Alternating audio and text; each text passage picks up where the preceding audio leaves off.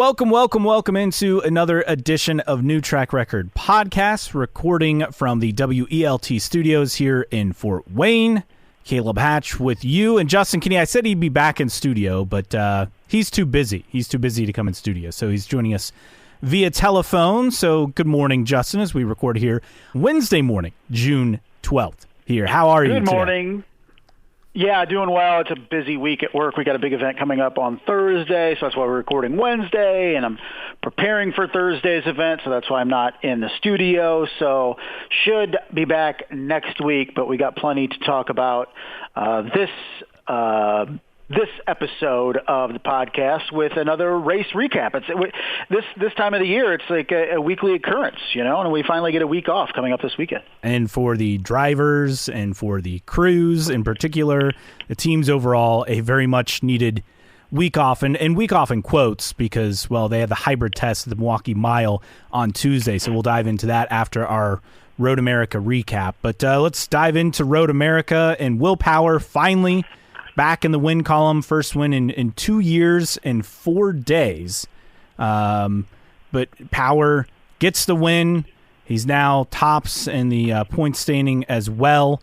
So it's been a good run for him post Indy. I mean, Detroit was wild. He had a million penalties, but still had a top 10. Then he gets the win at Road America. Obviously, very meaningful for him. That meant a lot to not only get the win, but to just kind of move forward from the previous year at Road America, where it was just chaos throughout that weekend for him and a lot going on at home. So it's a big win. And Penske with a 1-2-3 in the XPEL GP. Joseph Newgarden recovering after a just massive crash at the end of a wet qualifying session. 95 Gs, which is just absurd for a road course. But for Will Power, for Team Penske, a dominant weekend, and they were clearly the cars to beat, and now Power really establishing himself, finally getting back in the win column as one of, I would say, 3 legitimate championship contenders. Power, Palou, Dixon. Go figure. Yeah, the more things change, the more they stay the same, right? Congratulations to Will Power. I mean, what was it, 32 race drought since his last win? What was it, at Detroit in 2022, I want to say? And yes, just an emotional victory. We saw it with Will and his wife, and even was a little Theo, I think is his name, and Bo, yes, I knew it was one of those little 4-letter words, but it was just a great win for Will Power, and everything that he and really his family have been through the last year or so, and the really difficult health challenges for Liz and her ability to bounce back and all the emotions that go with that. And Will even said, half of my mind most last year, including Road America, was on my family, half was at the racetrack. And it's just a very rewarding win for Will and the family. And I think a very appreciable win throughout the paddock and even the fans. I think everybody, hopefully the majority of people, were glad to see Will win after what the family has been through. Yes, and for Power, it's a big win in the history books as well, because he gets his 42nd win, tying Michael Andretti for 4th all-time on the all-time wins list in IndyCar / Champ Car, etc. So it's a big win from a historic perspective, but also, as you mentioned, the personal reasons why it means so much. And I think, like you said, a lot of people are happy for Will Power to be back in the win column after everything that's happened over the course of those last 2 years. Definitely, and it was just great to see, and we should have known that Penske was going to bounce back after that disastrous Detroit at its quote-unquote home race, at least for Chevy, and I know Will Power bounced back from those 4 penalties, but it was a disaster for Scott McLaughlin. It was a disaster for Joseph Newgarden. The weekend started off in bad fashion, at least on Saturday, as you mentioned, with that big crash in qualifying. Luckily, Joseph Newgarden was in the Fast 6 when that happened, so he didn't have to start towards the back of the field. But we should have known that Penske was going to return to form, and little did we know it would be a 1-2-3, but should have known it was going to be a very, very strong weekend for Team Penske, considering how the week before went. Yes, definitely. So with that, let's get into our 3 takeaways for the XPEL GP at Road America. And my first takeaway, it's pretty simple. It's Penske dominance, right? After everything that happened from St. Pete and the fallout after Long Beach, leading into May, and then even Detroit. Yes, they won the Indy 500, but McLaughlin was left disappointed. Will Power crashed out of the 500, never really was competitive. Detroit was a disaster for the team, but Road America was kind of like that.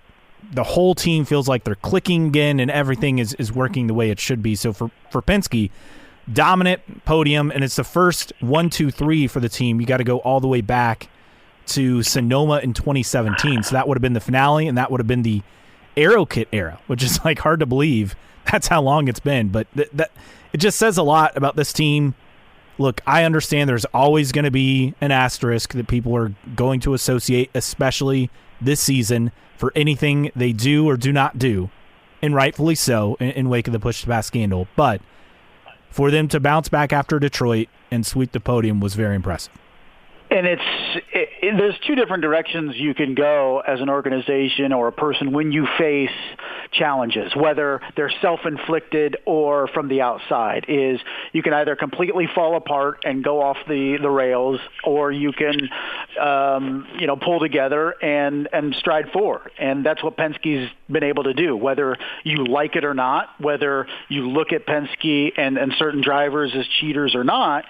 Those have been able, the team has been able to rally and stay focused and maybe even more hyper-focused, particularly the 500 and Road America. And things went kind of south at Detroit, a 6th, a 20th, and a 25th. 26th is what Joseph Newgarden's finish was at Detroit, but return with a 1, 2, 3. And this is just what professional organizations do. And Team Penske, if anything, is a professional organization. And I know some people will point to this, that, and the other, and you can be a supporter of Team Penske, you can be a hater of Team Penske, but the fact of the matter is it's still a grade A operation, and they've been impressive in how they have rallied together and pushed forward. And we saw that on display as a team for the first time since this scandal. At Road America. Yeah, Joseph Newgarden won the 500, but Will Power had his issues. Scott McLaughlin started on the pole, finished 6th. He really wasn't a factor late. But this was the first time really that you looked across the board and saw all 3 Penske cars really solid. And then they follow that up, and I know we'll talk about it a little bit later, with a dominant performance at the test at Milwaukee, finishing 1, 2, 3. So return to form for Team Penske, as if anybody thought they would lose it based on what happened. They've proven that they're not going anywhere. And no surprise. I mean, Road America felt like the elite of the elite, all at the front for most of the race. I mean, Scott Dixon had issues. We'll probably get to that later. But for the most part, I mean, these are 4 of your 5 best drivers making up the top 4. Dixon, the only other driver that you would say is in that top 5 conversation that wasn't there. And he was there for part of the race. So it was certainly kind of an all-star affair when it came to the best of the best at the front at Road America. Yeah, it was a familiar party up front for sure. What's your number 1? Well, let's go from one team's successes to other teams' failures. Let's talk about Chip Ganassi Racing, and it was a race to forget for the majority of the time. Yeah, you have Alex Palou finishing 4th, but man, it was a struggle for everybody else, including the first lap. You have Linus Lundqvist on pole, and Marcus Armstrong doesn't finish the first lap either, and eventually finished 20 laps down. Linus Lundqvist got back on track and ended up finishing 12th. But for his first career pole, and you could say, well, I know some people were, well, let's see if Linus Lundqvist can lead after the first lap. Well, he was running in the back at the end of the first lap after the mishap. And I guess this is kind of expected sometimes. You look at Penske and you say, okay, you have 3 veteran drivers. Scott McLaughlin's now a veteran driver in the field. Meanwhile, you look at Chip Ganassi Racing and you have a true rookie in Kiffin Simpson. You have a true rookie in Linus Lundqvist, and you have a guy short on experience in Marcus Armstrong. And sometimes you're going to have issues out there. Kiffin Simpson was no fault of his own in his off, and he finished last. But you look at the top of that team with Scott Dixon and Alex Palou, and then it's a precipitous drop to the other three in terms of experience and proven performance. And I think we saw that particularly at Road America is, man, after that top two, there's a lot of questions at Chip Ganassi Racing, and unfortunately they got together with Lundqvist and Armstrong, and just shows how far that team still has to go past its top two. Inexperience showed there. And look, when you watch qualifying for Road America and from a wet session to getting dry by the end, it was a thrilling session.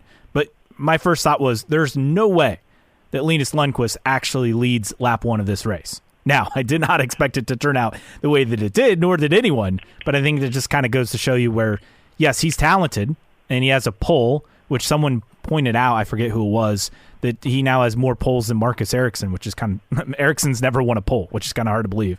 But, and Lundqvist in that 8 car, so that kind of says something. But there was no way you felt like he was going to actually lead lap one. So, long way to go, very talented. Armstrong and Lundqvist will learn from this, and they'll move forward. Yeah, I mean, it was obvious at the start that Linus Lundqvist was not the fastest car on track. I mean, you watched them go down the front stretch, and he was it just felt like he was holding up the field, didn't it? I mean, he was clearly not the fastest car on track in the dry, and I think that was partly to blame for the incident with him and Marcus Armstrong, as Marcus Armstrong was just on his gearbox the entire way down the front stretch, and it definitely caused that accordion style because Lundqvist just did not have the speed. Whether you can say it was the car, whether you can say it was the driver, his first start from pole and struggling there. But I guess that's kind of what happens when you have a pseudo-wet qualifying and things kind of crazy at the top in terms of qualifying order and starting order, and then you start in the dry and premier conditions, and the fastest cars in the wet aren't the fastest cars in the dry. So credit to Linus Lundqvist for getting it on pole. We're talking about asterisk. I think we can put an asterisk there, but it counts all the same. But you could clearly see from the start of the race that he wasn't the fastest car, and it resulted in, unfortunately for Team Ganassi, a intra-team incident that effectively ruined 2 races, or for 2 of their drivers.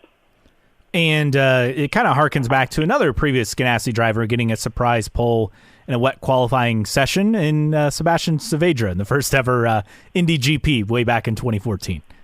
And remember how that went, with the standing start and the stall and the epic crash. Yes, exactly. Moving on, let's get to my number 2, and that will be after a tumultuous week and everything happening within the Juncos Hollinger team. Shout out to Romain Grosjean. Started 14th, finished 7th. It was a good result for him, good result for the team. And with all the distractions going on with the other driver, with Agustin Canapino out, and Nolan Siegel, after doing an Indy Lights session, moved into the car for the rest of the weekend. And to no surprise, I mean, it's an impossible situation. He started 21st, finished 23rd, finished a lap down. So he finished the race. That's all you can really ask for out of that. But for Grosjean, I mean, he was fast. He was competitive. He was making solid passes on track. This is the good version of Romain Grosjean that you can expect to see. It's just the consistency is always the question mark.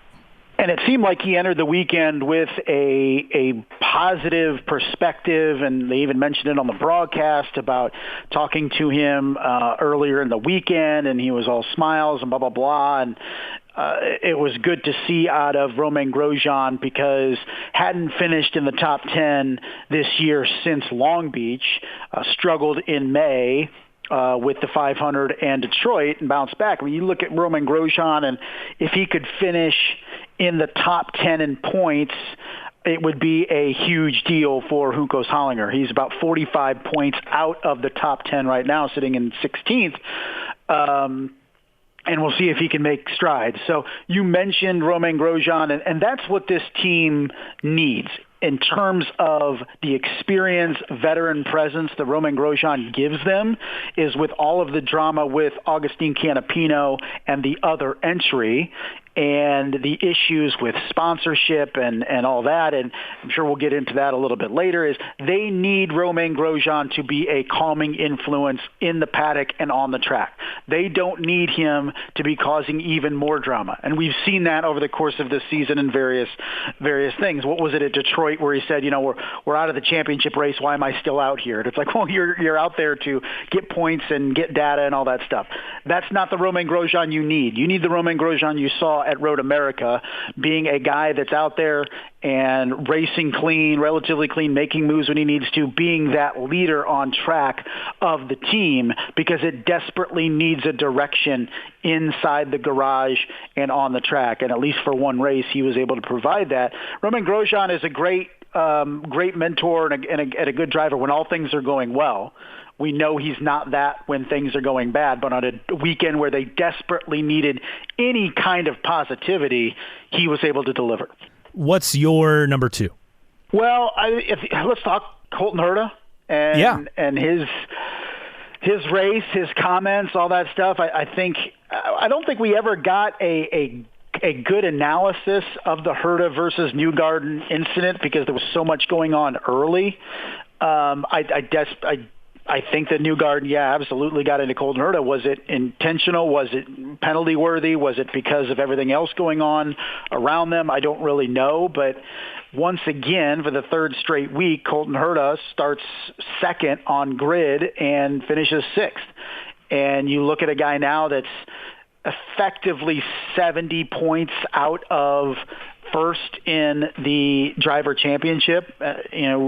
Do we count him out? I did my math wrong. It's 60 points, but you look at it now, and did finish 6th in a good recovery, but for starting second and maybe a chance for a win, it was a disappointment.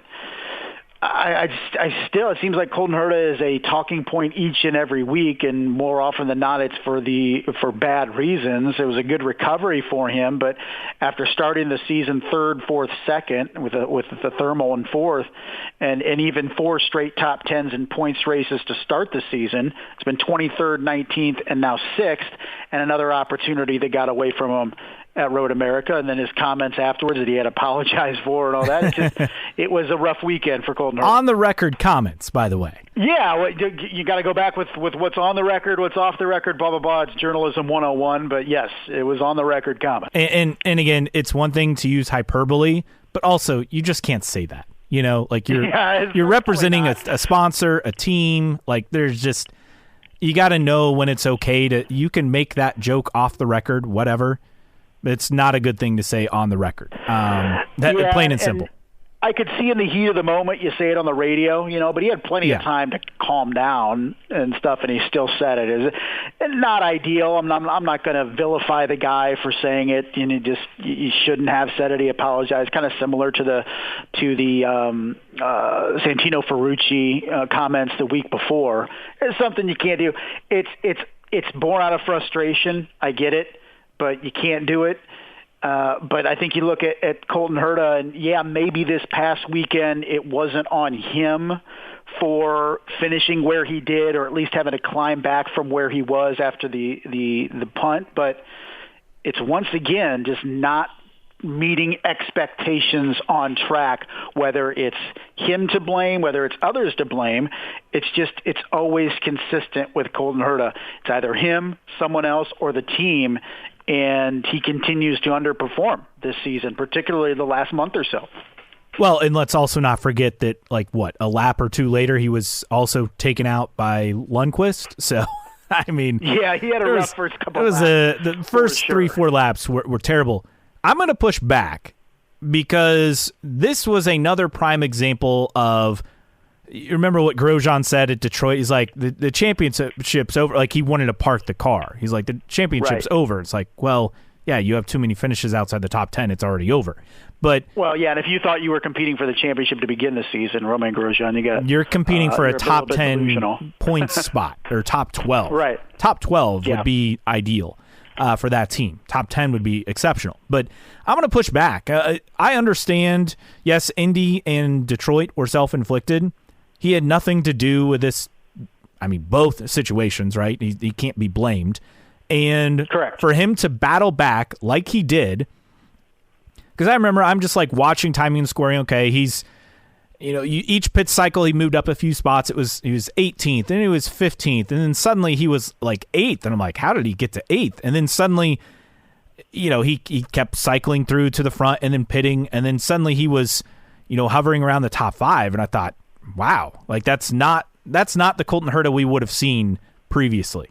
So I think this was another, like the Indy GP, where that, people were pointing that, because at the time he was very much in the thick of the championship, and then obviously the Indy 500 happened, and a lot has changed since then.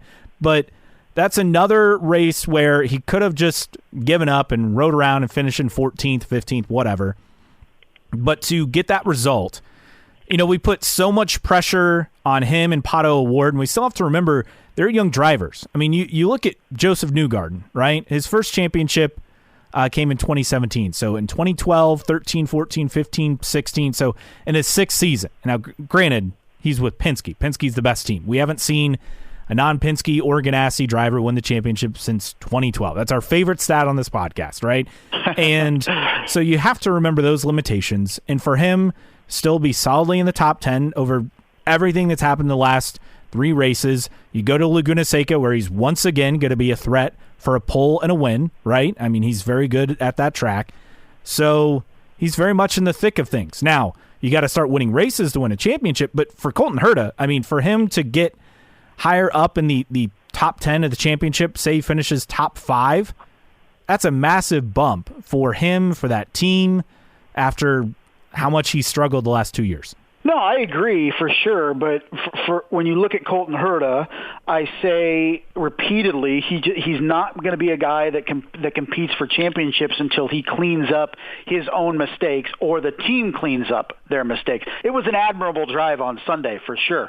But you look back at Indy, you look back at Detroit, and you say those are the instances that keep you from being at the elite level. You're not at the Penskes or the Palos or the Dixons because of those things.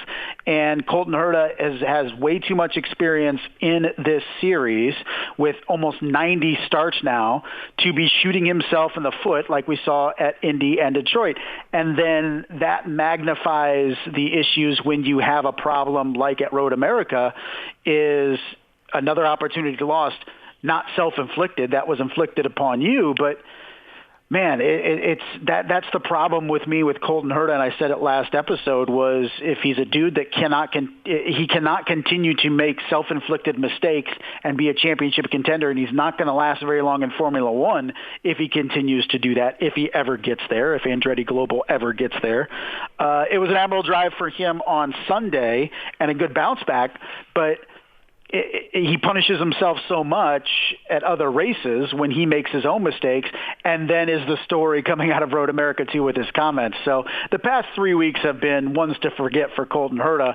It's going to be tough for him to get back in the championship race, because I'm not saying he's going to underperform over the Iowa doubleheader, Milwaukee doubleheader, but those fit into the strengths of other drivers that he's chasing, and even Joseph Newgarden, who's right behind him in the standings. So I keep waiting for Colton Herta to clean up his self-inflicted mistakes. He hasn't done that yet, which I think is going to cost him again from being a championship contender. Yeah, he may finish top 5, but what's keeping him from being a championship contender? It's those mistakes that he continues to make.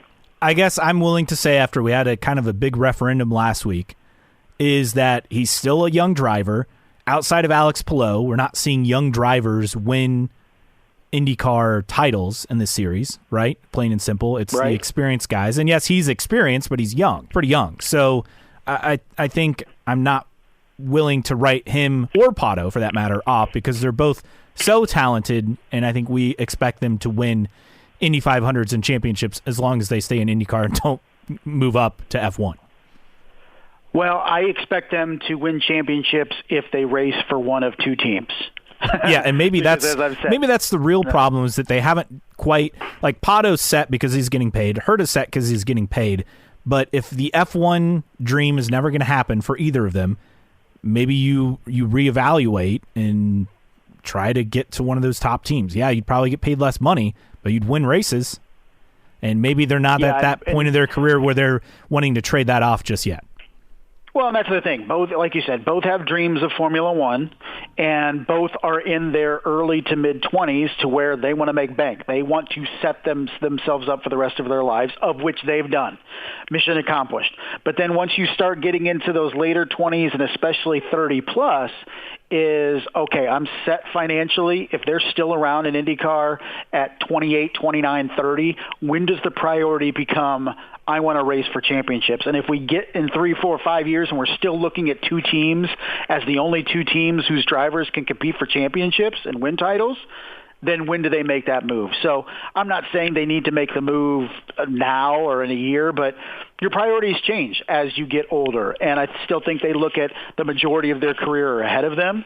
But in 3, 4 years, if they're still in IndyCar and they're still not winning championships with their current teams, you definitely have to look at switching teams to one of the two big ones that have won every championship since 2012. Speaking of one of those other teams looking to win a championship in an Indy 500, let's talk about Arrow McLaren on Sunday at Road America. I guess my third takeaway is, yeah, they're a good team, but they're not getting to that next level. Outside of Indy, right? They're not really getting to that next level. Pato O'Ward, 8th. He never really had a car to do much of anything. Alexander Rossi was running top 3 early, had a wastegate failure, he said halfway through. Finished 18th. Teo Porcher, I'm not really going to hold anything against him. Solid 13th place finish. Moved up 5 spots on the grid. They're a solid team. But to compete with the Penskes and Ganassis, I don't know. Like, what is the hybrid going to be, this massive change that changes what happens in the series? Because it just seems like we're kind of stuck when it comes to the championship. 2 teams have a chance. No one else does. And we thought that Arrow McLaren, and they probably thought they could invest and spend their way and attract top talent, which they've tried and failed to get Alex Palou and Scott Dixon and probably even Joseph Newgarden for that matter. And here we are. They're battling with Andretti for number 3. Nothing's changed over the last few years. And Road America just felt like another example of where they were there. They weren't really a factor, though, on Sunday. You take away Pato O'Ward's win at St. Pete, quote-unquote, and he's 8th in the standings because of the points you get for first. He's only 5 points ahead of McLaughlin and Kirkwood in the standings and only 8 ahead of Colton Herta, which means he's probably behind all 3 of those guys without the win and the points that came with it. Here's the big thing, and you mentioned the hybrids, and this is going to be the first major change to the formula in IndyCar since McLaren came in. And you could say, well, McLaren's always been chasing because the formula has been the same, and teams like, largely the same, and teams like Ganassi and Penske have had so much longer with the formula, and they're so good that it was impossible for McLaren to catch them.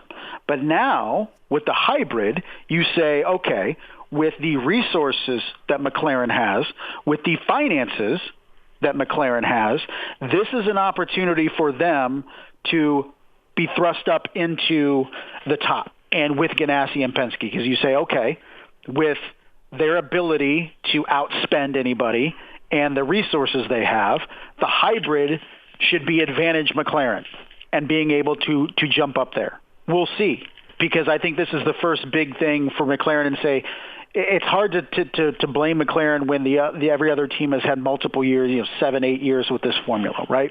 Yeah. But now, with effectively going back to 0 in terms of the hybrid, and I know it's 2 completely different systems, but with hybrid technology in Formula One and harvesting energy and maybe ideas that can be cross-referenced from Formula One to IndyCar, you look at from McLaren and say there's no reason for them not to hit the ground running with the hybrid starting at Mid-Ohio, right? And so maybe you see a jump in terms of consistent performance out of Pato O'Ward and Alexander Rossi. I'm not throwing Theo Porcher in there, but even then, could he be more of a factor because of how highly thought of he is?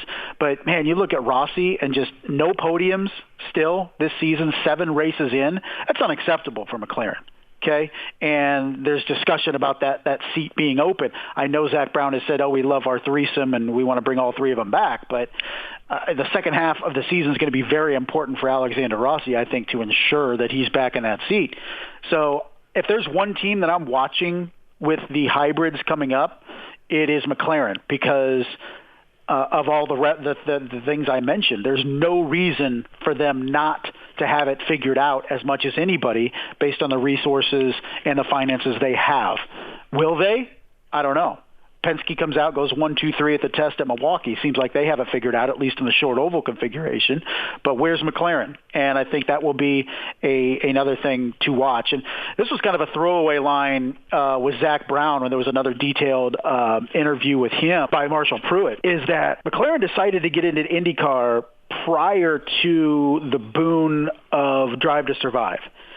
And Zach Brown even said, our goal was to up our profile in North America, and we felt that IndyCar was that. But with the emergence of Formula One in North America after the pandemic and Drive to Survive, it almost sounded like if that would have happened first, McLaren would not have gotten into IndyCar. And I think that's something that we need to be thankful for, that happened when it did, and Zach's decision to get into IndyCar happened when it did, in terms of them being in the series, because their goal was to raise their profile in North America. They could have done that just in Formula One with the increase in attention in that sport post Drive to Survive. So I thought that was a very interesting comment, and we're thankful to have McLaren in the series, but it's time for them to make a jump, and we'll see if the hybrid era can bring that about. What's your number 3? Oh, what's my number 3? Let's look through the field and make a decision here. I don't think we're done with JHR talking about them. Let's talk about Nolan Siegel. Yes. His ability to jump in the seat, jump out of his Indy Lights seat, make a decision to not race the Lights race in the midst of a championship race in there with the likes of Jacob Abel, and look at it and bring it home clean. Yeah, he finished 23rd, started 21st. People think it's a non-factor, but everything that was going around the team with Agustin Canapino and the decisions that were made and who was involved in those decisions and who wasn't, which we'll talk about. But for Nolan Siegel to start the race, keep it clean, particularly in the start of the race when there was all this carnage, and him to bring home a clean car and not wreck it and not get caught up in anything, I think showed his maturity, and I think potentially showed his ability to maybe be in that car the rest of the season, long term. We're kind of waiting for the announcement of, is Canapino coming back for Laguna Seca? Is Nolan Siegel going to be in that car full time? Are they going to be a race-by-race thing, kind of like Coyne? Who knows? But he really helped himself, I think, not only in the eyes of Juncos Hollinger, but also the entire paddock by the race he had. Yeah, he wasn't in the picture very much. He wasn't at the front. But for him to run a clean race and bring a whole race car home, I think was very impressive and definitely made him an option going forward for Juncos Hollinger this season. Yeah, I would agree. The fact that he didn't wreck the car in practice sessions and qualifying, that he had a clean race, that's huge for the team. It basically gave them the opportunity to move forward, as Canapino had the leave of absence for Road America. Did you catch this, Justin? They misspelled Nolan Siegel's last name in the press release. I did see that. Mickey Mouse. Yeah, that's bad. You want to give JHR the benefit of the doubt, but it's tough when things like that happen, right? Correct. That was bad. But overall, look, here's what I think will happen. Nolan Siegel, who wanted to stay in the what we still call Indy Lights Championship, but then what happened over the weekend, my guess was, well, that set up the opportunity for him to finish the season in that seat. He obviously brings significant funding to the team. Says a lot that Brad Hollinger stepped in to say, hey, we gotta do something. Like, this is not working for the team. And now Siegel, who wanted to maintain that rookie status for IndyCar, well, this is the kind of opportunity that you take. It is very much a midfield team. Isn't it understood that he has a deal for Coyne for 2025 full-time? Is that correct? Because I kind of remember reading that and seeing that. Yeah, I can't remember if that's been officially official or it's just kind of behind the scenes handshake deal. I'm not exactly sure, but if I'm Nolan Siegel, if any opportunity comes bigger than that, and then you have to chase it. And I think a big question mark too, or a big thing to factor in, is the amount of money that Nolan Siegel brings, or more importantly, his father brings. Yes. And we've seen a lot of empty side pods for Juncos Hollinger this season. I watched the Indy Lights race, and I saw plenty of full side pods with sponsors, and then Juncos Hollinger goes by with their two cars, and it's just branded with the team. So even at the Indy Lights level, there's lack of sponsorship for Juncos Hollinger, and you know that that Hollinger doesn't want to be the sole financier of this team. The absence of any comments from Ricardo Juncos over this whole thing is also very telling, in my opinion. So the future of this team currently put together is open to question. But Nolan Siegel could be a very sought-after driver in the paddock because of his performances thus far this year, his ability to be professional and bring a whole car home, and the amount of money that he has backing behind him. Could he be a Juncos option if it was just a handshake deal with Coyne? Is there actual signature for the 2025 season with Coyne? Who knows? But for a guy that I thought maybe was a bit too deep in the pool, so to speak, coming into IndyCar this year, has been very impressive in what he's been able to do, and the financing behind him is going to make him even more sought after by some midfield teams. Yeah, I think we're in a situation. Look, I'll be more surprised if Canapino's back for Laguna Seca than Nolan Siegel, being in the car. I guess that's where I stand at this point. Yeah, and what do we take out of that whole thing? Do you buy the mental health reason? The fact that Brad Hollinger made the call and not Ricardo Juncos. What do you think about all that? I think Hollinger stepped in because he's the one that's essentially bankrolling a lot of this operation.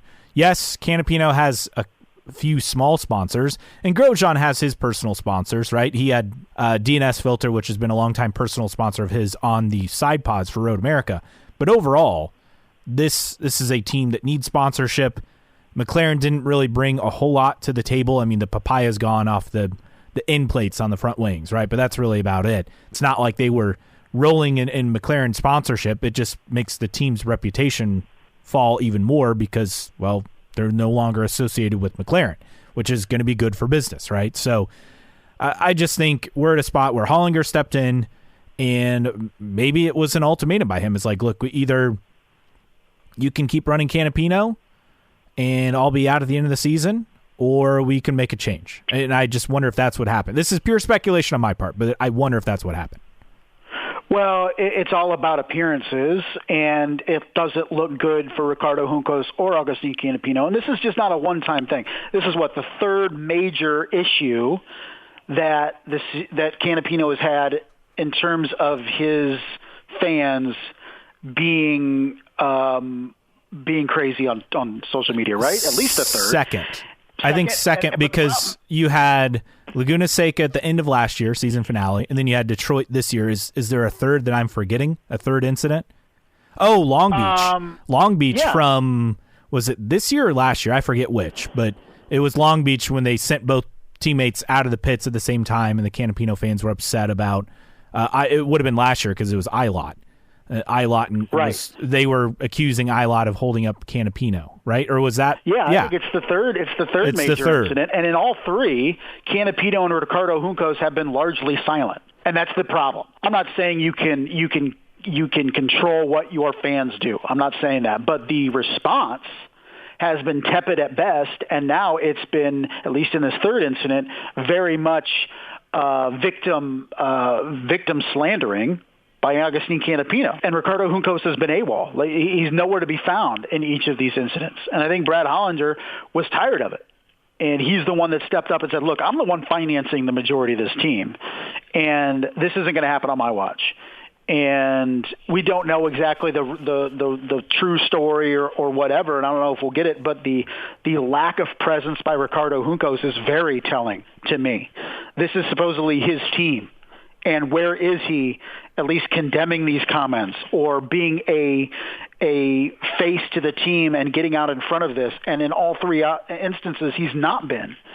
And Hollinger now, who is in a commanding position as well with Juncos, took command of the situation. So I don't know if Brad Hollinger and Ricardo Juncos are in business together heading into next season. I don't know. But the fact that Ricardo Juncos has been nowhere to be found in comments, in statements, in interviews, and whatever is very a damning indictment, in my opinion, to him. Appearances are everything. Appearances, everything. It may not be the whole story, but what we're getting, or more importantly, not getting from Ricardo Juncos is very damning, in my opinion. Let's just put it this way. There will not be a Juncos-Hollinger Racing team with that exact name, in my opinion, next year on the grid. Plain and simple. It doesn't look promising at this point. And is it I guess, is Ricardo Juncos in a bad spot because he's being, supported by so many Argentinian companies or whatever? But then he say the same thing. It's like he doesn't have much sponsorship. Well, where's his allegiance to these people in Argentina? Is it because it's his hometown? Is it his home country? I don't know, but it doesn't look good for either one of them. And Canapino's usually a very mild-mannered dude. If this would have been Romain Grosjean, you'd be like, yeah, it kind of fits the mold. But it's Canapino. Like, he usually is pretty calm, but pretty much inciting and his fans or some fans on social media is the opposite of what you need to do. He looked terrible. Ricardo Juncos looks terrible. The future of this team is in question as currently put together. All right, that does it for Road America. Good news with Road America is they get a contract extension, multi-year deal. I would assume we're looking at 3 years. That's what they've normally done traditionally, so this will be back on the calendar.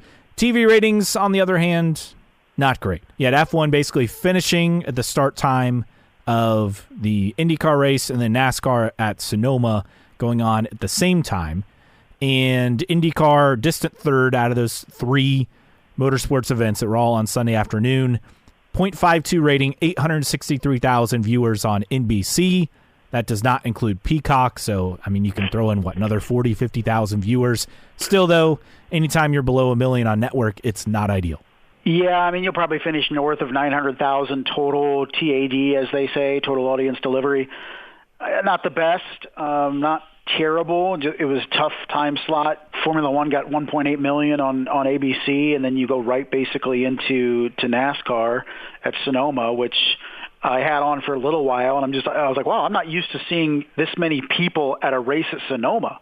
I didn't know this many people showed up at races in Sonoma. Usually I just see empty mounds and stuff like that, but there was actually a lot of people there.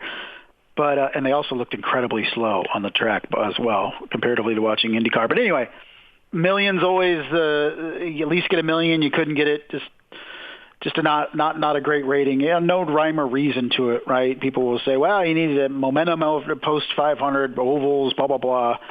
Just wasn't good, but it wasn't an overly exciting race either, which definitely affected the rating. The second half of the race was just kind of, in my opinion. Yeah, and we'll get into to rate the race and catch up on stuff in the mailbag as well. Other notes from Road America, we haven't talked about this, but Linus Lundqvist on the pole. He did finish 12th, so he did bounce back somewhat, but the first rookie to win a pole going all the way back to 2021. And I'm trying to think of who that rookie would have been. I can't even recall. Was Grosjean on pole? You know what? I think you're right. To Indy GP, right? Or was he second? I can't remember where he was. I know he has a pole. He has a couple. Let's see here. Yeah, so pole position. Grosjean won the GP pole, so I think that would have been him, right? Yeah, he's got and then you look at Linus Lundqvist, he has a pole, and Scott Dixon doesn't. And when you at least outside of the 500, if you take it the last 5 years. And then also, other notes, haven't talked about this, but a huge weekend for Indy Lights as Jamie Chadwick not only wins pole, first female pole sitter in that series since Pippa Mann in 2010. That was at Homestead. She led the field and then won the race. It was a very, very good drive on her part, holding off multiple challenges. Third female pole sitter in series history after Pippa Mann and Sarah McCune. First ever on a rotor street course. Also becomes the first driver, a female driver, to win on a rotor street course in that series. Now, to be clear, to be fair, you also have Catherine Legg and Simona Di Silvestro who won road and street course races under the Atlantic Championship. Di Silvestro won at Troy Riviere back in 2009. So, again, still, though, historic accomplishment, a big deal. Finally had everything go her way for a weekend, and she's been unlucky throughout the season, but, I mean, this is a big win, obviously. And it was a well-deserved, well-earned win because there were several restarts. She had challenges up front and was able to hold them off. It was not just green flag waves and she goes 20 laps around without being bothered at Road America. It was a big-time effort to stay in front the entire race. Congratulations to Jamie Chadwick. She has made the strides this year in year 2 of Indy Lights that were hoped for after getting used to the series last year. She's had some horrible luck this year, should be higher in the standings, should have some better results, but everything went well at Road America. She showed her racing acumen and ability to stay out front with some various challengers trying to get either beside her or whatever. She did a great job on all the restarts, just a well-earned, well-deserved win for Jamie Chadwick, and I think this is now taking her career to the next level. I think she's going to earn or need a third year in Indy Lights next year. Potentially, could she be a championship contender next year and then eventually ascend, if things continue to go well, to IndyCar potentially for the 2026 season? I would push back. Now that she has a win and a pole, would people say, hey, she's ready. We'll see how she does the rest of the season, and someone brings her up because, one, she's very talented. I'll be curious to see how she does on some of the ovals coming up on the schedule. But, I mean, overall, that's a huge boost. And IndyCar has been waiting for, a dynamic personality or someone, like WNBA has Caitlin Clark, right? That's kind of the talking point. And whether that's a Miles Rowe or a Jamie Chadwick, like IndyCar is just waiting, right, for someone like this to come in. I know everyone wants to equate, they just need a streaming series that's successful. I think they need a driver that's transformational. And her and Miles Rowe definitely fit those categories as the type of transformational drivers that would generate outside interest, people outside motorsports. I wouldn't be surprised. Much like Danica Patrick did, when she first came into the series in 2005. Right. I wouldn't be surprised to see her in a spot start here or there next year. I don't see her as a full-time driver for next year. You also don't want to rush her. I think she's best. She would be best served to spend a third season in Indy Lights. So many people, I think, from the outside looking in, say, "Well, she won 3 Formula W championships." And they look at Indy Lights as a drop down when it is not. It is a much more difficult series than Formula W was. So, especially, namely, the physicality and the power steering and all that. She's been able to improve on that and get stronger. I think next year will be a better season, I think, for her to really put everything together at Indy Lights and maybe get a start. Maybe she's a one-off at Indy potentially. I don't know, but it definitely was a career-changing weekend for Jamie Chadwick in the minds of anybody that doubted her previously to this weekend. For sure. And then the other story, and this was no surprise, but David Malukas officially announced, and we had speculated on this last week, that he will be the driver of the number 66 Meyer Shank Racing car for the remainder of the 2024 season, starting with Laguna Seca. He did participate in the hybrid test at the Milwaukee Mile earlier this week as well. Smart move, makes a lot of sense, will really up, I think, that team's performance and help them finish in the leader circle, which is obviously why they made the switch to begin with. Yes, absolutely. We'll see what happens. If you agree or disagree with us, we'd love for you to interact with us. You can always find us online, newtrackrecordpodcast.com. While you're there, you can sign up for the email list. It is free to subscribe. Also, we'll send out special announcements and when we have new episodes, so you can check that out. Sign up. Also, you can check out the store. We have T-shirts and stickers available there for you. You can find us on social media, IndyCar Podcast on Twitter/X, also on Instagram, on Facebook. Search New Track Record. Our email address, newtrackrepodpodcast@gmail.com. Or you can support us via Patreon, patreon.com/newtrackrecord. Thanks to Xavier and others for their support. And as always, you can listen to the show if you're in Fort Wayne every Saturday morning from 8 to 9 a.m., 95.7 WELT. Thanks to the Allen County Public Library. And also listen in on your favorite podcasting platforms, whether it's Apple Podcasts, Spotify, Amazon Music, Pocket Casts, Overcast, Castbox, wherever you listen to your podcasts and download each week's episode. All right, mailbag time, Justin, and we have a ton to get to. A lot of comments on the Canapino situation, and really just, and you had posted this, playing the victim, because that's what some comments were from an outlet down there. You can dig into more on the. Steve Wittich had a tweet, but he did himself no favors here. Mom2X over 2002 said, how long until Brad Hollinger pulls the money or benches Canapino for a race? Well, we just saw that happen this past weekend, I think. Jay Blasteri said, the feel-good story that was Augustine Canapino is quickly turned into a bleep show. Does the handling of this and the ILOT situation impact JHR's future in IndyCar and receiving a charter? Another good question, right? You kind of wonder, like, is there, and we'll have more on Canapino's situation. You posted, good to see people stepping up, minus Ricardo Juncos. We haven't heard anything. Indy Oreo saying definitely an interesting angle to this mess. And also adding one person other than Juncos who could speak up and try to end the sadness is Canapino. Neither of them using what could be a powerful voice. Jeremy from HBG saying, I don't think next year there will be all three letters in JHR. We agree. And P56 Front saying 100% as far as, where is Ricardo Juncos in this? And that's the ultimate question. And we still sit here Wednesday morning with no comments from team co-owner, effectively. I mean, look around you can throw shade at what Roger Penske said, but at the very least, he was open to discussing the issues at Team Penske. You look around the paddock, who else would have in terms of team owners, have this sort of issue and not be commenting on it?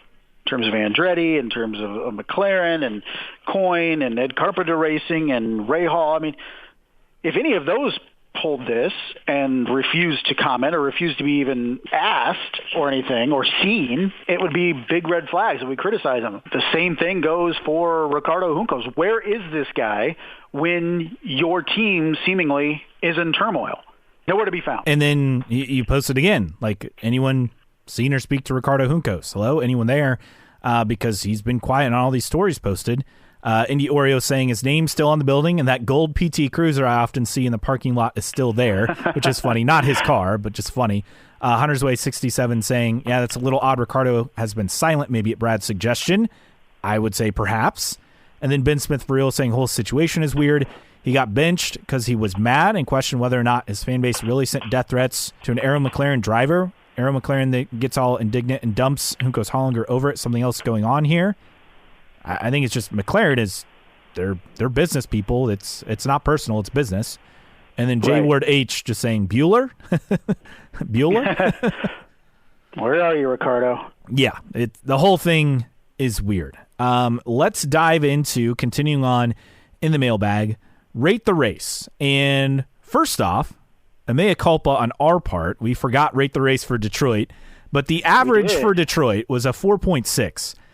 I would have given Detroit like a 7. Like, yeah, there was a lot of crashing and stuff, but it was entertaining. And that's ultimately what it comes down to. Yeah, well, we discussed this at length in the last episode about people's opinion of crash fest like Detroit, like Nashville the last couple years. Is we appreciate those types of races as long as they're not consistently across the schedule. But a lot of people don't. To each their own. A lot of people didn't like it. You and I found it entertaining. I found it much more entertaining than Road America was. You can argue whether it's a good race or a bad race, but entertainment-wise, Detroit had it. Road America didn't have as much of it. Yeah, so rate the race for Road America, on the other hand. Obviously a lot higher from people replying. 6.3 was the average. Yeah, I'd go with like a 6.5. It was fine. There was chaos at the start. Road America is a place where I know I need to get there because I'm sure I would way more enjoy it in person. NBC normally does a solid job. I do not think they did a very good job on Sunday presenting this race. They were hyper-focused on the Penskes the entire time, and they weren't telling any other stories. And we weren't getting updates on drivers dropping out. Why did Alexander Rossi fall from being in the top 3 toward the back? Like, we weren't getting good information. This is why I find it so odd that so many people are really Team NBC in the fight for the TV rights. I know some people have opinions of Fox that are negative, but I watched some of the Sonoma race on Sunday. I forgot to mention Larry Mack. Like, if Larry McReynolds was now this is probably a long shot because Larry McReynolds is a stock car guy, but if they had somebody like Larry Mack on the IndyCar broadcast on Fox, it would be tremendous. It's just all these things that you don't get on NBC that people, I guess, just don't recognize or don't care about. It is mind-boggling to me, and that's why you and I kind of think that Fox would be a fresh and new start, and hopefully would add some added dimensions to the broadcasts.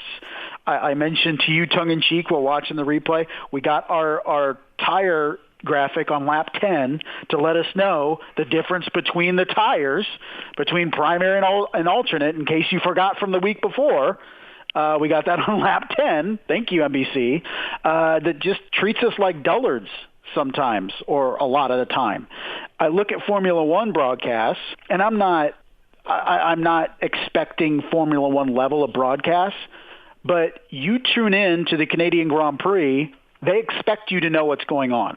They expect you to know the ins and outs of Formula One. If you're that interested, you're going to find out. Don't treat people like idiots. And I think NBC does. Who cares about the guy that's running 14th because all the story is at the front? I think that's what we saw this past weekend. People don't care about what's going in the back end of the field. They only care about what's going in the front end. No, we do care what's going on throughout the field. And more often than not, we don't get the stories from the drivers going 22nd and 15th and 12th. Yeah, and I felt like, and this was an exception. Normally, I think NBC does a good job telling those stories, but they were so hyper-focused on the 3 Penskes in front, and I understand that. Like, a team sweeping the podium is a big deal. Penske hasn't done that since 2017. We said that. But there wasn't really any talk about Palou going, every pit cycle a lap or two longer than everyone else. There wasn't talk about other drivers who had fallen back. You just weren't getting info on why people were struggling. I mean, yes, we got info on Scott Dixon and his tire blistering, but that was about it in terms of, cars further back and what had happened. And he had a stall in the pits late. I mean, it was a disastrous day for Scott Dixon. But the storytelling beyond the top 3 was lacking, and that was a surprise. And I know I wasn't the only one who saw that and pointed it out. Moving on in the mailbag, which drive impressed you the most in the XPEL GP? Colton Herta, Graham Rahal, Roman Grosjean, or other. Nearly 49% of you said Herta, 26% said Graham Rahal. Roman Grosjean got nearly 18.5%, just over 6.5% said other. A few replies here. For IndyCar said, I feel like there's only one correct answer to this one, and it's not even close, LOL. I assume Herta is the answer. I don't know. FitJ1983 said Newgarden, faster car all day, made a pass on track, which should have been the win, if not for the overcut. All that 24 hours after a 95G hit. Bingles DFW said, honorable mentions, Lundqvist climbed back nicely. Pato ran a quiet but smart race. Zayner_Ridge said Will Power. And Hunter's Way 67 said Will Power taking out his 2 teammates. Yeah, we haven't even talked about Joseph Newgarden doing the hang loose signal as he passed Scott McLaughlin for the lead down the straight. That was something. And then caption it Bus Bros on Twitter, which interesting. The show's not coming back, people. I just don't know what to make of all that. We saw Joseph go to victory lane and congratulate Will. Did you see the dejected look on his face, though? Like, he wasn't smiling. No, I don't think that was. I think that was more playful. I think. To me, I don't know. I think people are looking way too much into what's going on now. It's like everything that Joseph Newgarden does or doesn't do is under a microscope. But how can you not? How can you not when he's not giving us an in?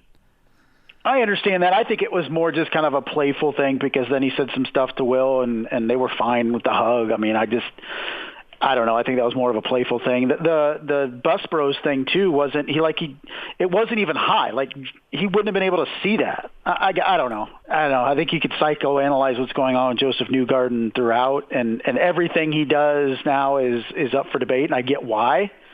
I just saw two of I don't know. I didn't buy into anything in terms of drama. Maybe I'm wrong. Someone else pointing this out. So.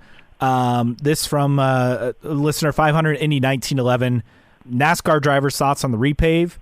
They said pointless, ruined it, one groove. Well, that's not ideal. The Iowa Speedway repave. And P. Gaynor 14 tagged us, said another IndyCar race sabotaged by NASCAR. I hope not.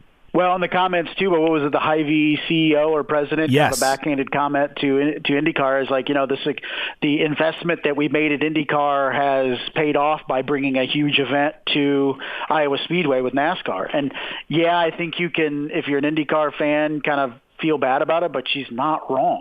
I mean, that's the big thing. Yeah, the comment. Didn't say anything that's not true. Executive Vice President of Hy-Vee, Anna Stormer, said the company always wanted a NASCAR Cup Series race at Iowa. Well, duh. And then she said that's been one of the cooler things about our IndyCar sponsorship is that it's opened the door for the Iowa Speedway to get a huge event there. I understand that people see that, and do you worry about IndyCar's future at Iowa? Yes. But they're also still sponsoring a full season IndyCar. They have for several years now.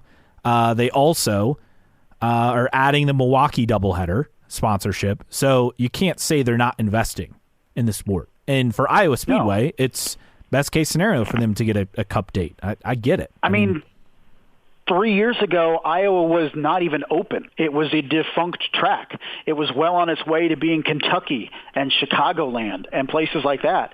And within 3 years, they've gone from that to getting a cup date this weekend. I think it's a phenomenal success story for Iowa Speedway. Hy-Vee has been the leader in getting to this point, and kudos to them. I know some people will moan and groan because of IndyCar kind of being overstepped, but I'm sorry, that's facts. Is NASCAR is multiple times bigger than IndyCar right now, and it's a huge deal for what Iowa Speedway and Hy-Vee have been able to do with that facility over the last couple of years. In a perfect world, a rising tide lifts all boats, since that means the track gets NASCAR and their IndyCar date is still successful. I'll be curious what happens at Iowa. I mean, ticket sales look good. In fact, Bud Dinker, who's president of Penske Corp, said ticket sales up 22% for Saturday night, 21% for Sunday, and that's with NASCAR on the schedule. And you can go and look at the seats available. There aren't many seats available. I mean, the whole seating chart is presented for you. We're talking maybe like a dozen seats per section at most. So it's selling well. So that's the good news. Yeah, you would think, like they said, it would be the opposite effect, but good to see that more fans are getting tickets for Iowa because it is a very crucial weekend and event for IndyCar. A couple of emails we got to get to as we wrap up the mailbag. This from Spencer, and I missed this the other week, so apologize for that, saying, hey guys, I'm curious your take on this. At times, we as fans and media will hype up an athlete to such a level their actual performance almost doesn't matter because what they could be is really what all we want to see. Before you know it, years will go by and they haven't really done anything special, but we still hold on to that potential because we refuse to believe this is the best they could ever be. I don't want to be harsh because I still think there's more he can achieve, but where would you rank Colton Herta in a situation like this? Every year I expect him to become the guy because he seems capable, but at what point am I forced to just call him a guy because he can't make that next big leap? Thanks for all you guys do. Well, thank you. Thanks for listening. I think we saw this with Marco and Graham, right? And Graham was able to kind of reach some of that potential, and he's been a solid driver for well over a decade after a rocky start, really, since he left Newman Haas. He was good his first 2 years in IndyCar and then kind of fell off. For Marco, it's kind of the same thing, right? We thought we'd see that, and he had good seasons, but never really could go higher and get, lots of wins. Herta certainly has got more wins and poles than Marco ever had, but I think Herta and Graham have the same amount of career wins, or it's very close. I don't know. It's a good point. I think we're kind of with this with Herta and Pato, for that matter, right, in terms of the potential. And you just wonder, we're waiting for them to break through. Yeah.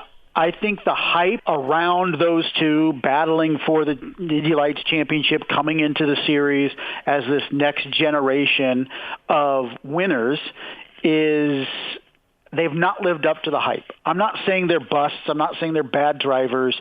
They've not lived up to the hype. Those two are supposed to be the faces of the series going forward. Pato O'Ward is the most popular driver in IndyCar. That's not up for debate. But you could say, yeah, his performances haven't matched his popularity. I would say the same thing for Dale Earnhardt Jr. over a decade in NASCAR, when he was the most popular driver and his performance didn't match the popularity. Pato O'Ward right now is Dale Earnhardt Jr. when he was in Cup. Yeah, he won a fair amount of races, never won a championship, and was the most popular driver.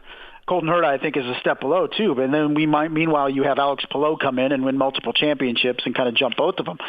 I do agree that with the message there, with the email, but I kind of look at Dale Earnhardt Jr. going, your most popular drivers aren't always your most successful drivers, and I think that's where we're at with Pato O'Ward. In Colton Herta, too, for that matter. I mean, yes, he's not as popular, but he's very popular. I would put it this way. Young drivers don't come into IndyCar and dominate right away. Alex Palou's the exception. He also just happens to have one of the 5 best seats in the entire series. So that's a huge factor. If Herta or Pato O'Ward were on Penske or Ganassi, they'd be winning tons of races, right? There's no doubt. It's not just the driver. It comes down to the pit crew, the strategy, all the little things, right? Reliability.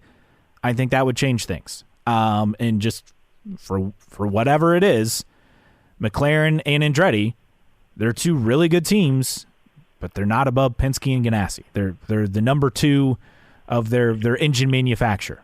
Andretti's the number 2 Honda team. McLaren's the number 2 Chevy team. It is what it is. Another email before we move on past the mailbag. This is from Xander. Hello, big fan of the show. With all this talk about TV rights and where IndyCar is going to land as far as channels, I had a thought. Why can't IndyCar do the same thing as F1 and make a subscription just for them? Charge $60 to $80 a year and call it a day. F1 does it while still retaining relationships with ESPN and Sky, so why can't IndyCar do the same? Have a good one. Yeah, I love this idea. I've said if IndyCar had something like MotoGP has done this for a very long time. You buy like a season pass, you have every practice, qualifying, and race, and it's like $100 or something. IndyCar could do this if they wanted, but that's an in-house investment. And if they want to invest in that, and they do have IMS production, so it's not like it's a far-fetched idea, but it's just a matter of do they want to do that, or would they rather contract out IMS Productions and have them help whatever the TV partner is and go from there? And I think it's just an easier setup, plain and simple. I think if there were more demand for a subscription service like this, they would have it. But IndyCar would rather contract that out and have the TV provider provide essentially the subscription service, which is what we have with Peacock. Yeah, that's kind of the biggest thing is if there was more demand for it, I think it would be a thing. But I also think that your deals with right now NBC and whatever the future TV deal probably has some fine print where that isn't an opportunity, because if you're NBC, you want everybody to have to go to Peacock to watch things. You don't want another option where they just pay the series to get the same thing. So it's all in the fine print. I imagine that's deep in the TV deal in terms of the finer details of things, and that's probably why it's not a thing, as well as simply demand. If there was a lot of people demanding it, it probably would be a thing. Yeah, that wraps up the mailbag. News and notes time and just a few things to get to, and we will quickly move forward to our random split air driver leak, our tweet of the week as well. So we had the hybrid test. We kind of touched on this some. Not a whole lot to take away. Yes, Penske did sweep the top spots. Catherine Legg was with Dale Coyne Racing in the 51.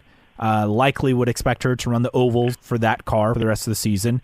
Juncos Hollinger, Chip Ganassi not there. Grosjean at Le Mans And then Scott Dixon and Alex Blow at Le Mans will give you all the drivers competing at the 24 Hours of Le Mans coming up this weekend. We'll get to that a bit later on. And then you have Ed Carpenter, Colton Herta, Pato O'Ward, and Graham Rahal doing a tire test at Nashville Superspeedway coming up Friday of this week. I don't have a whole lot to take away from testing in general, right? We're always like testing times or whatever. Everyone's on a different testing program. I think it's a good sign that David Malukas was competitive right away. Also, it's crazy how many drivers have not competed at Milwaukee, and then let alone the number of drivers who had never, used a hybrid yet. I mean, you have a short list of drivers who've raced at the Milwaukee Mile. Scott Dixon, Will Power, Joseph Newgarden, Graham Rahal, and then who else am I forgetting? It's a short list. Is that it? Am I missing anyone else? Man, I'm trying to rack my mind. I don't think you're missing Catherine anybody. Legg, I guess, would have previously, I believe. Yeah, which sounds like Ed Carpenter. Ed Carpenter. Ed Carpenter is the one I'm forgetting. There you go. So, but I mean, it's a no. very short list. It definitely is.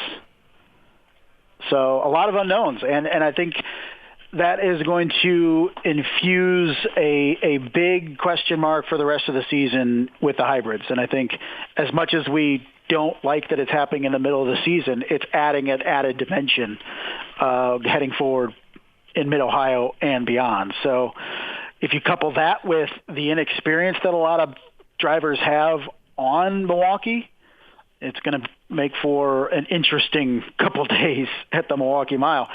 And at least they're getting a test, and two, it sounds like the fan support, the tickets sales have been brisk, so to speak.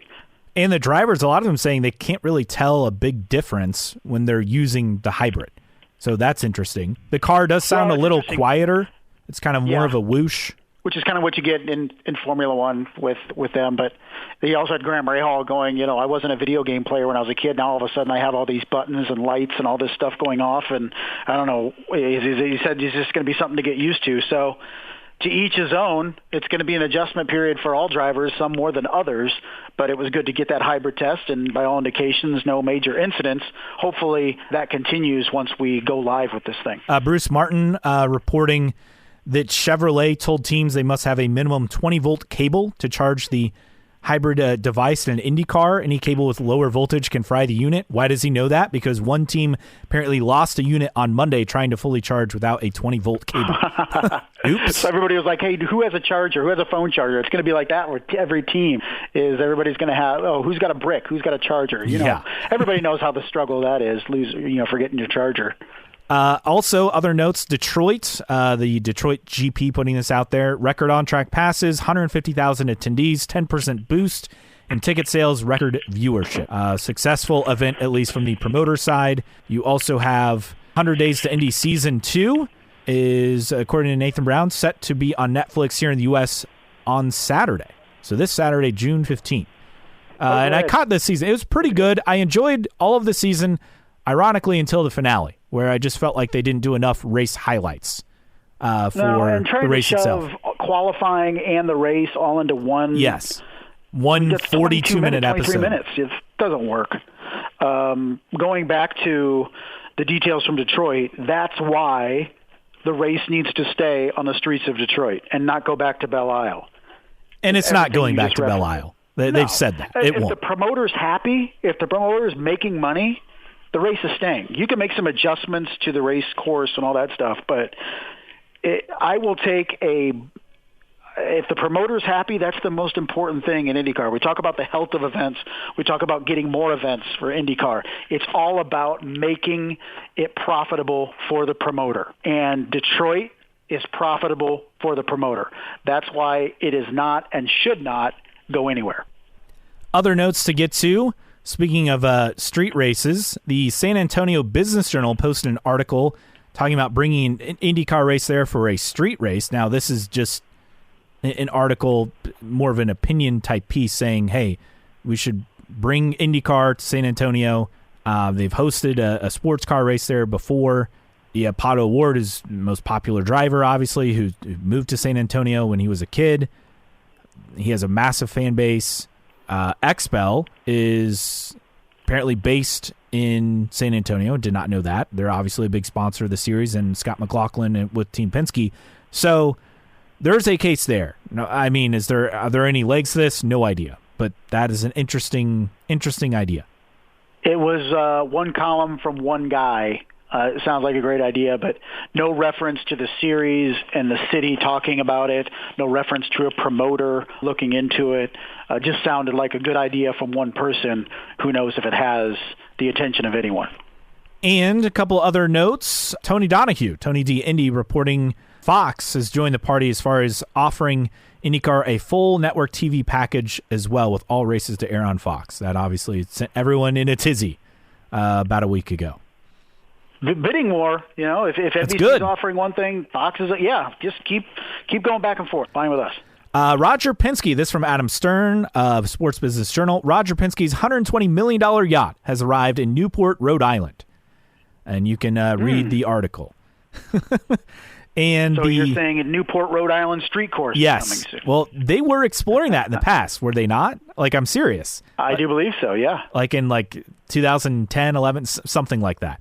Also, the drivers, current IndyCar drivers competing at Le Mans this year, Scott Dixon, Alex Palou, who I mentioned, Romain Grosjean, and they're all in the Hypercar GTP class, Nolan Siegel and Kiffin Simpson in LMP2. So good luck to all of them this weekend.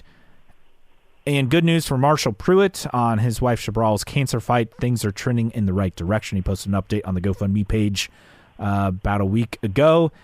Tweets of the week, really just one tweet, and this from IndyCar UK. Chip likes spinners. Ooh, that was... Thought that was good. That was very prevalent on Sunday. And time for our random split area driver of the week. All right, so we're going to early IRL and finding Mr. Claude Bourbonnais. Ooh, I do remember him. I do remember, too. He raced in one race in his IndyCar or then IRL career. He qualified for the 1996 Indianapolis 500 and finished 30th. Or actually, it was 97. It was the 97 500. It was that 96-97 season. Double season. And it was... I remember this, too, because it was the 97 500. I think I was in 8th grade, and that was where the race was run over 3 days. Yes. Sunday, Monday, and it finished Tuesday. Correct. And the cool teachers at my middle school had the race on. The uncool teachers did not, and I did not have a cool teacher. So I was getting messages, or I was receiving info secondhand because other classrooms had it on and we did not. But he was in that car. He was granted extra practice laps because he crashed in qualifying, and due to engine troubles earlier sessions for drivers making extra system checks, he still had engine troubles during the race. He survived the start of the race. It took out 5 drivers, but he was out by lap 8. Or had when his Dallara IR7 blew, so he raced only 8 laps in that race, finished 30th. Did not qualify then for the 1998 Indianapolis 500. Actually raced 5 races in kart in 1994, but that was pre-split, so that doesn't count. But just 2 races. Interestingly, for Claude Bourbonnais in Atlantics, he was a teammate of Jacques Villeneuve in 1993. Oh, they're both Canadian. In fact, he finished higher in points in Atlantics that year than Jacques Villeneuve, who, of course, went on to win in Formula One World Championship and is still in the news by making comments about Daniel Ricciardo at the Canadian Grand Prix last week. You look into that if you're interested. But did plenty of Indy Lights, and after 1998, actually got into politics. 2018, he was a candidate for the Quebec general election and finished second in the Coalition Avenir Quebec, which I don't know if is that like the Congress or whatever. I have no idea. But that was it. Did a lot, was very, very active in the 90s in racing between kart and Indy Lights. He raced for Forsyth in Indy Lights for a couple years. He was with Blueprint Racing, his 2 Indy 500 appearances, or at least his one, trying to make the race in 98 and didn't.